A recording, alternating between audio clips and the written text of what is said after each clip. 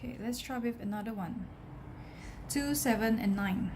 Okay, so I say again, arrange the numbers in increasing order. So in this case, already been arranged.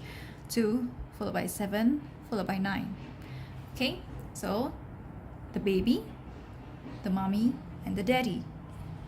So for addition sentences, the daddy will be placed here because when you add the two numbers, this will end up the greatest. So 9 is here, 9 is here.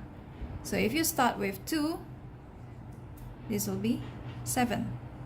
So 2 plus 7, does it equals to 9? So always check. So we can start off with the bigger number, 7 plus 2. So this is 9. So you're correct. Next one, once 2 is written here, so the next one will be 7 and then 2.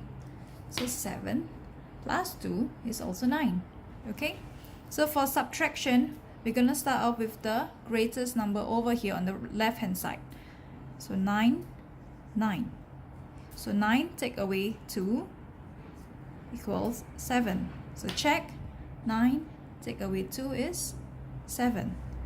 So 2 here, so now 7. 9 take away 7 is equals to 2. So this is another fact family.